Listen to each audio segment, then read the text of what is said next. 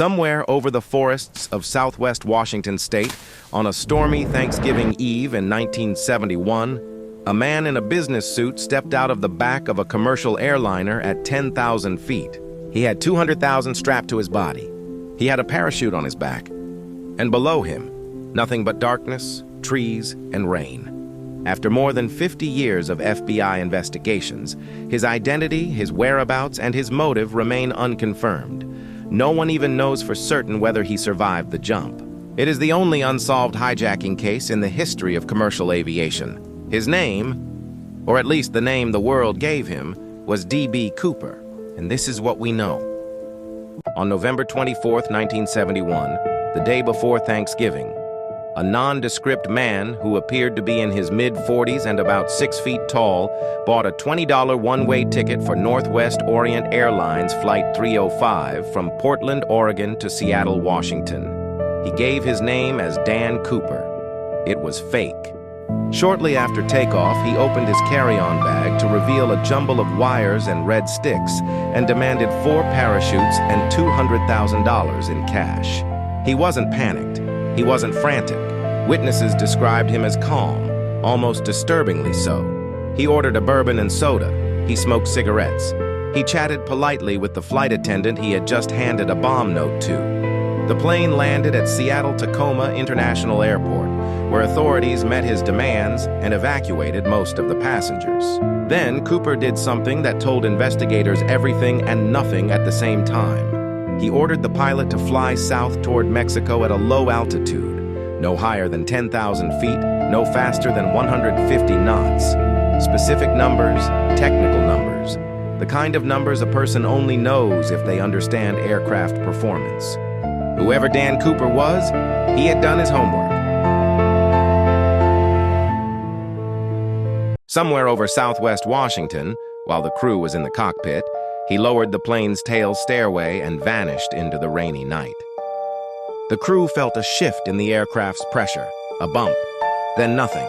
When they landed in Reno, their next stop, the rear staircase was still deployed. The money was gone. Cooper was gone. What he left behind told a partial story. On his seat, a clip-on tie and 2 of the 4 parachutes. He had taken the other 2. And here is where it gets interesting.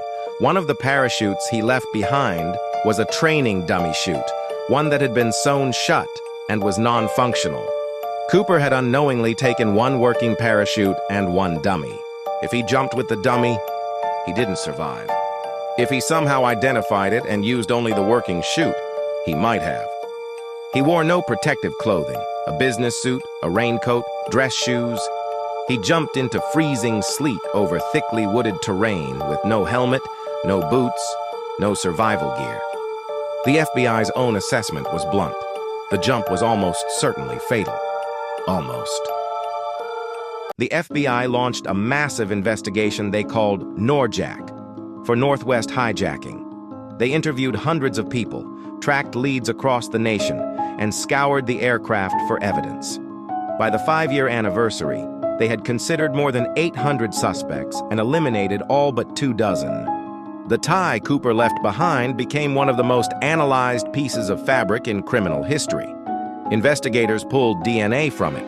They found rare titanium particles embedded in the fibers, the kind used in certain aerospace and industrial manufacturing processes in the early 1970s. It suggested someone who worked around specialized metals, an engineer, a factory worker, someone with technical knowledge. But the tie's chain of custody was imperfect. It was collected and handled by the standards of 1971, meaning nobody truly knows whose DNA is actually on it. Then in 1980, a break, or what looked like one. An 8-year-old boy uncovered a stack of nearly $5,880 of the ransom money in the sands along the north bank of the Columbia River, 5 miles from Vancouver, Washington. The bills were rotted, partially buried. The serial numbers matched Cooper's ransom exactly. But how did they get there?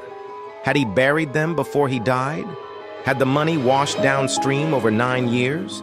Were they planted? The Columbia River's hydrology was studied extensively. No definitive answer was reached. The rest of the $200,000 has never been found.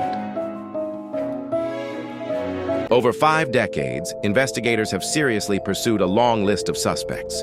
Richard McCoy Jr. staged a nearly identical hijacking just 5 months after Cooper, parachuting from a plane over Utah with $500,000. His photo bore a striking resemblance to the FBI's composite sketch of Cooper.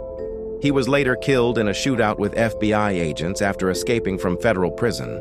Multiple witnesses from the original flight, however, said McCoy did not look like their hijacker. Then in 2023 and 2024, McCoy's own children broke their silence. McCoy's children, Shantae and Richard III, contacted amateur investigator Dan Grider and presented the FBI with a parachute and harness that had been hidden in a storage shed on their family's North Carolina property for decades. Grider described the rig as literally 1 in a billion, a highly modified device matching the type used in the 1971 hijacking. "This is the rig he used," he said publicly. "We just solved it." The FBI has yet to update the case status on its website. Other suspects have confessed on their deathbeds and been ruled out by DNA. One man's wife came forward after his death. An ex-convict, a former paratrooper, a flight instructor. Each one investigated. Each one cleared or unresolved. The composite sketch, a middle-aged white man in a suit, dark sunglasses, a thin face, has stared out from wanted posters for over 50 years. Nobody has ever definitively matched it. The FBI officially suspended active investigation of the D.B. Cooper case in 2016, citing a need to redirect resources toward cases with identified victims. The file remains open. The case remains unsolved. Here is what 50 years of investigation has established beyond dispute. A man boarded a plane with a fake name.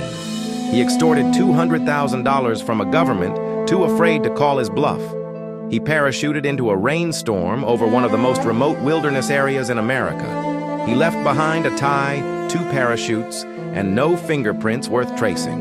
And somewhere between that aircraft and the ground, Dan Cooper simply ceased to exist. No confirmed body, no confirmed survival, no confirmed identity. Just a partial stack of rotting bills on a riverbank, and a composite sketch that has been staring at America for half a century, waiting for someone to recognize it. If you do, the FBI is still listening.